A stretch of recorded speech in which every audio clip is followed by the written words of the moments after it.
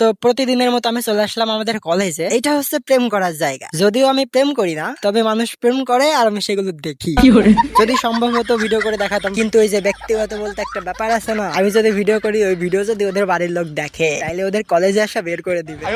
তো যাই হোক, আমি আসছিলাম হচ্ছে প্রাইভেট পড়তে। প্রথমে বলে আজকের ভিডিওতে যদি ভুলভাল কিছু দেখেন কিংবা শোনেন তাইলে কিন্তু মাইন্ড করা যাবে না, ঠিক আছে? তো যাই হোক, প্রাইভেট শেষ করার পর আমাদের কিছু ফটোকপি করতে হতো, যার কারণে আমি শিরোমণি থেকে আমাদের ফটোকপি গুলো করে নিলাম। আমাদের দুইজনের বিল হয়েছিল 40 টাকা করে। তারপর ওই দোকানে থাকা একটা আয়নাতে আমি আমার ভিডিও করার চেষ্টা করলাম। আয়নার যে অবস্থা, আমার মুখটাই দেখা যাচ্ছে না। তারপর চলে আসলাম আমাদের কলেজে, এসেই বন্ধুদের সাথে দেখা। আর বন্ধু মানে তো বুঝেন, বন্ধুরা যেখানে সব সমস্যা সেখানে। আমার একটা বন্ধু নাকি ছোটি গল্প লেখে, আমি ভাই ছোটি গল্পের মানে টানে কিছু বুঝি না। আমার কাছে পড়তে দিল, আমি একটু পড়বো, ঠিক আছে? আমি তখন লোভ সামলাতে না পেরে তোয়ালে নিয়ে গেলাম বেআইনের সাথে গোসল করতে।